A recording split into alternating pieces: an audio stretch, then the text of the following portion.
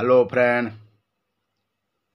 आपण पाके आ गोटे नुआ वीडियो आनिकर आइछे जेनटा कि ओडिशार उच्चतम पर्वतमाला देवमाली आपण माने समस्ते जानिथिबे।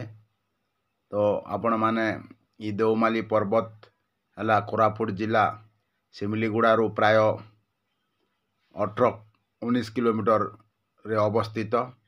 ऊपर के जीवा के आपण मान के प्राय 18टा घाटी चढ़वा के पड़वा।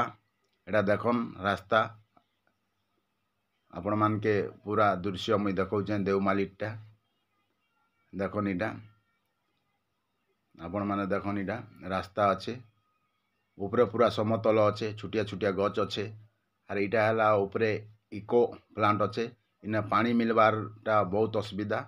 आपण माने पानी धरी कर जाइथिबे भोजी करबे बोले पानी रो असुविधा होचे सेति लागि आपण पानी धरी कर जाइथिबे। धन्यवाद।